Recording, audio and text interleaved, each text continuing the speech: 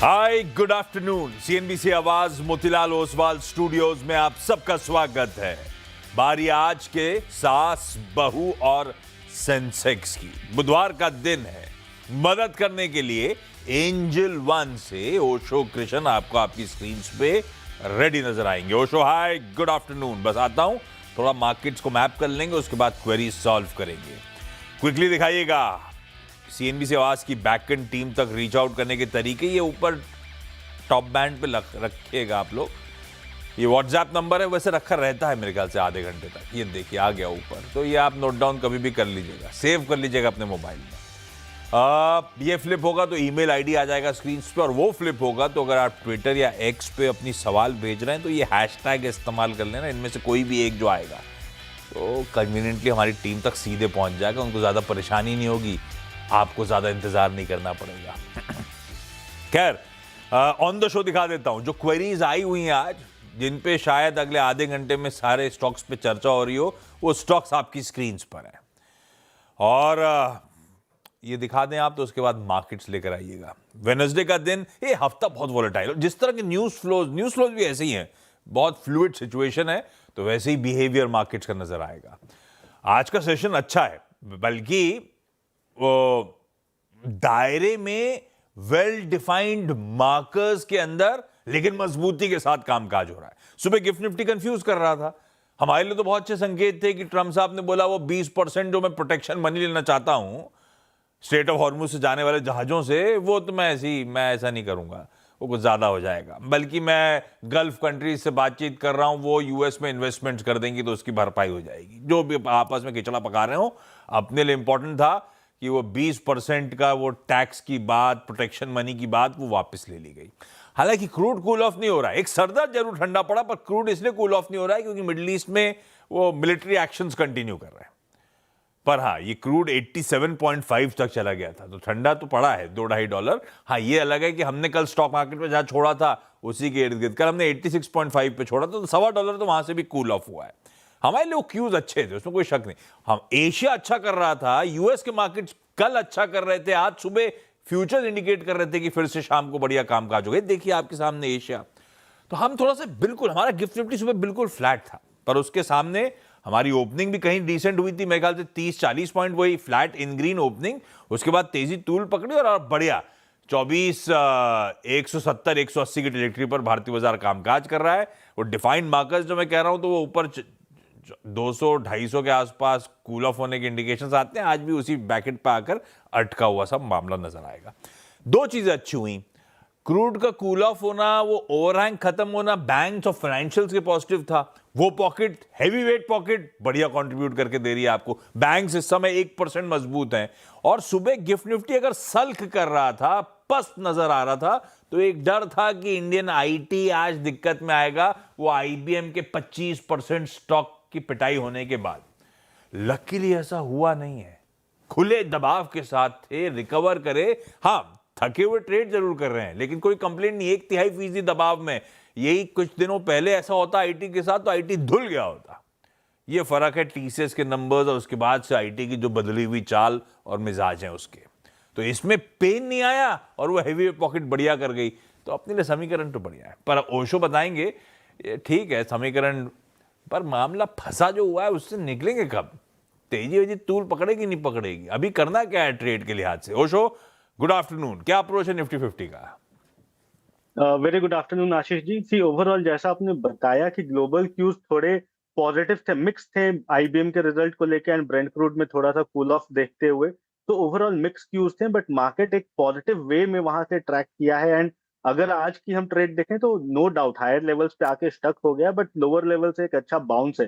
तो अभी भी मार्केट का जो ओवरऑल व्यू है वो बाय ऑन डिप्स का ही है। 24,000 स्पॉट पे एक अच्छा सपोर्ट है, तो इसके पास बाई के ही इंडिकेशंस बनते हुए दिखाई दे रहे हैं। बट हायर लेवल्स पे जब तक 24,300, जो कि इसका एक बेयरिश गैप है डेली टाइम फ्रेम चार्ट पे, उसके ऊपर नहीं निकलता है, तब तक कन्विक्शन नहीं रहेगा। एक रेंज बाउंड मूवमेंट है, buy on dip and sell on rise का ही अप्रोच रखना है। यहाँ अगर हम देखें तो लॉन्ग शॉर्ट रेशियो काफी ज्यादा बेयरिश फ्रंट पे मूव कर गया है। 8% ही सिर्फ लॉन्ग पोजिशन हैं, एंड पुट कॉल रेशियो भी नियरली न्यूट्रल 1 के आसपास होवर कर रहा है। तो मार्केट में कोई बहुत पॉजिटिव ट्रैक्शन या पॉजिटिव क्यूज बनते हुए नहीं दिखाई दे रहे।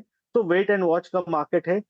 जब तक रेंज बाउंड है तब तक डिप्थ को यूटिलाइज करे बाई करने के लिए। एंड जैसे ब्रेक थ्रू निकलता है 24,300 340 स्पॉट लेवल्स के ऊपर, तभी हमें एक मोमेंटम बनते हुए दिखाई दे सकती है। तब तक के लिए मार्केट बहुत ही ज्यादा ऑप्शंस बायर की मार्केट नहीं है। यहाँ पे अगर हम देखें तो राइटर्स की मार्केट बिल्कुल देखने को मिल सकती है। ये लीजिए भाई साहब, बाय ऑन डिप्स, टेक्सचर खरीदारी करने का है, गिरावट में खरीदारी करने का है। 24,050 एक इंपॉर्टेंट बढ़िया सपोर्ट है, उसके इर्द गिर्द मिले खरीदिए, ज्यादा लक को टेस्ट मत करिए, ऊपर के जोन्स पे बिकवा ली। Buy on dips, sell on rallies की स्ट्रैटेजी, जब तक 24,300 के ऊपर जाके कामकाज शुरू ना हो। 24,300 हमारे लिए इमीडिएट सर दर्द है, और 24,300 मेरे ख्याल से वेडनेसडे की बड़ी लाल कैंडल का ऊपर का छोर भी था। वही 24,300 से गिर के हम चले गए थे 23,800 तक, वो जब 500 पॉइंट की पिछले वेडनेसडे को दबाव आया था। तो वो मेन जोन्स हैं, एक बार वो थ्रेशोल्ड निकले तो शायद मोमेंटम तूल पकड़े, लेकिन वाकई एफआईएस की सेलिंग, एफआईएस के सिस्टम में शॉट्स बहुत एग्रेसिव। खैर, सवाल जवाब के सिलसिले की शुरुआत करते हैं। गुड़गांव जाना है, मैसूरू जाना है और सूरत जाना है। आगे डायरेक्टर साहब कह रहे हैं चंडीगढ़ भी लिए चलेंगे आप लोग को।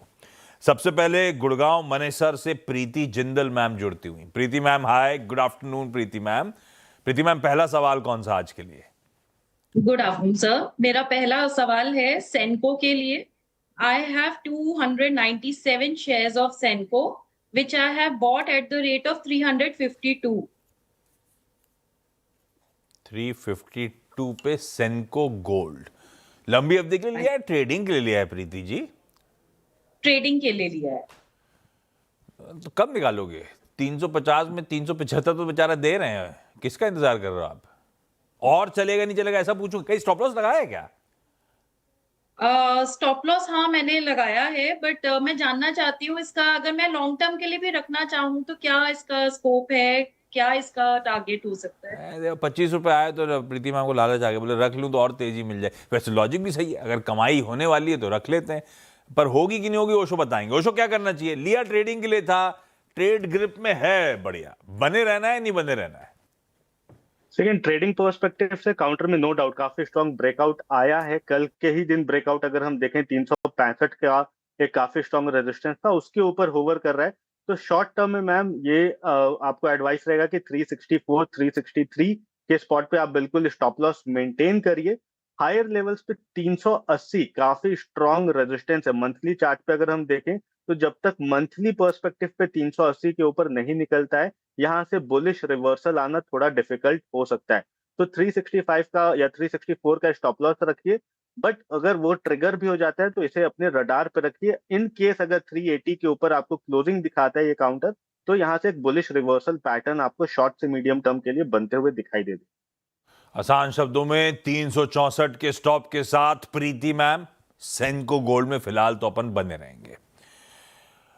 मैसूरू से मनु योगानंदा जी जुड़ती हुई। मनु मैम, हाय, गुड आफ्टरनून। मनु मैम, आपका पहला सवाल कौन सा? सर नमस्ते। कर्नाटका बैंक मैंने परचेज किया था 700 shares at the rate 86 rupees में।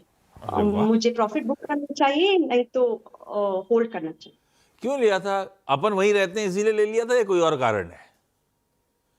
सॉरी, वॉइस नहीं आ रहा। कर्नाटका बैंक क्यों चुना था? इसीलिए कि अपने स्टेट का बैंक इसलिए ले ले या कोई और रीजन था?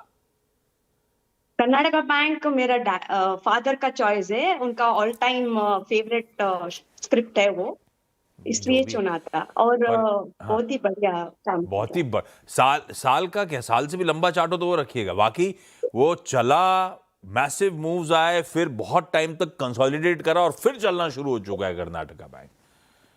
फादर की। अच्छा, तो पूछू क्या मनु मैम? मुनाफा बांध देना है, बने रहना है, ये पूछना है, कुछ और सवाल है? नहीं, मुझे तो होल्ड करना है क्योंकि फेवरेट स्क्रिप्ट है, पर अभी के लिए प्रॉफिट बुक करूं नहीं तो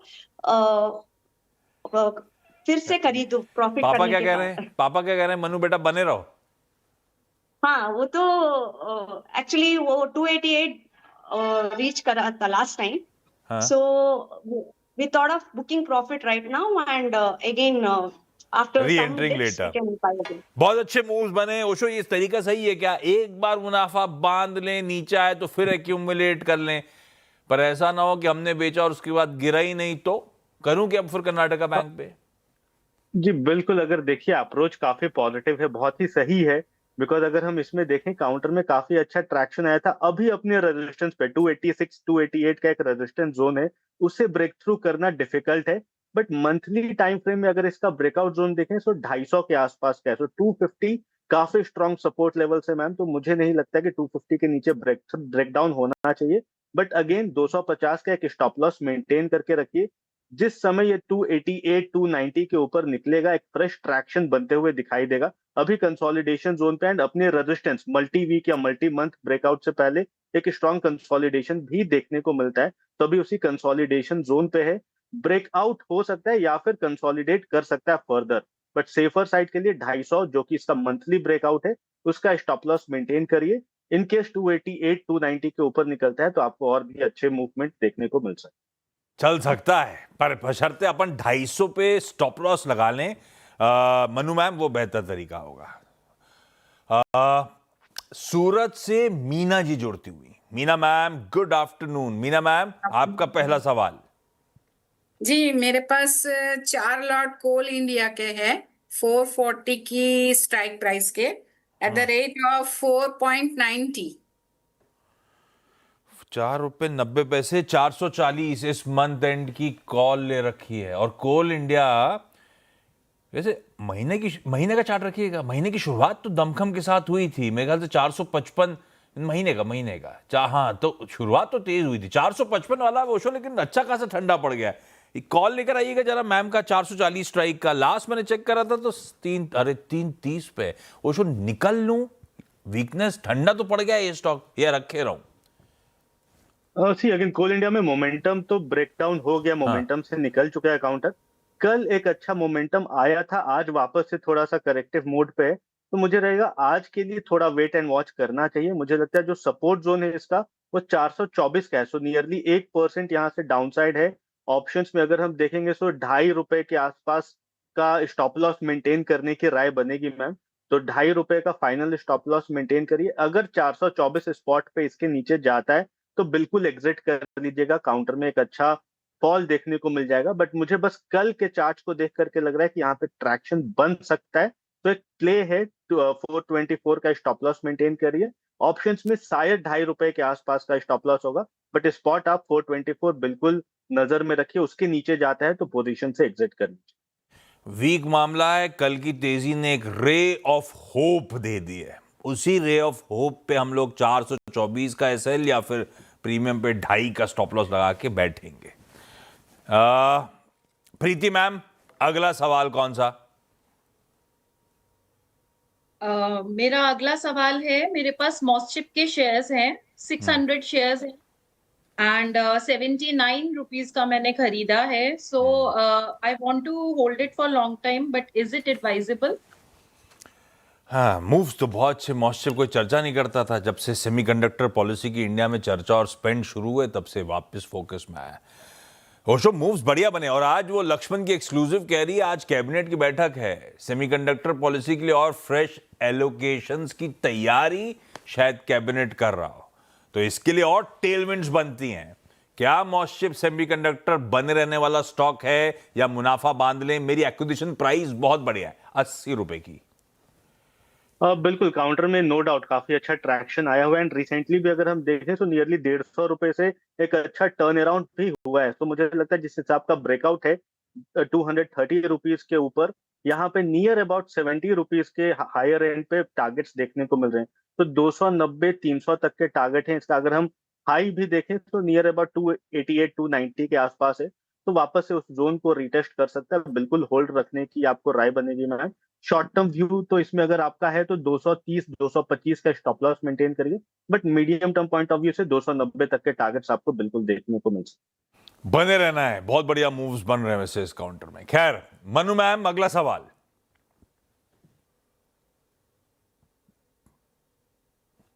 मनु मैम, सवाल अगला कौन सा? एनएफएल परचेज किया था सर, 100 शेयर्स, ₹110.43 में। 110 में। और मनु मैम, ये ट्रेडिंग वेडिंग करी थी क्या, या नहीं लॉन्ग टर्म सर, का सोचा? लॉन्ग टर्म का 2 साल से के पहले परचेज किया था सर। पर ये लॉन्ग टर्म वाला है नहीं, ये ट्रेडिंग वेडिंग पॉप्स मिलते हैं। खैर, फर्टिलाइजर स्टॉक ऐसे ही होते हैं ना। एनएफएल ओशो 2 साल हो गए हैं खरीदे हुए। मेरी खरीद भाव था, क्या बोला था, 100 या 110, और चल रहा है 70-75 पे। क्या करूं? तो ट्रेंड काफी ज्यादा वीक है मैम इसमें। अगर हम देखें तो पिछले कंटिन्यूअस जो फॉल आई है इसमें नियर अबाउट 165 170 के पास से, वहां से कोई भी रिवर्सल के सिग्नल्स नहीं बने, शॉर्ट टर्म मूविंग एवरेज के नीचे है। तो बेटर है कि इससे आप एग्जिट कर लें। ये काउंटर में कोई ज्यादा ट्रैक्शन तो नहीं है, एंड आपको 2 साल की अपॉर्चुनिटी कॉस्ट भी अलग से लगे, तो बेटर है कि ये काउंटर से एग्जिट कर लें। अभी कोई भी टेक्निकल रेस्पाइट इसमें देखने को नहीं मिल रहा है, एंड जिस हिसाब से फॉर्मेशन है, कोई भी फॉल 71 रुपीज के नीचे अगर जाता है तो और अग्रवेट हो सकता है। तो 64 62 तक के टारगेट्स लोअर एंड पे रहेंगे, तो एग्जिट कर लीजिए, या फिर अगर होल्ड करना है तो 71 का स्ट्रिक्ट स्टॉप लॉस से काउंटर को होल्ड करिए।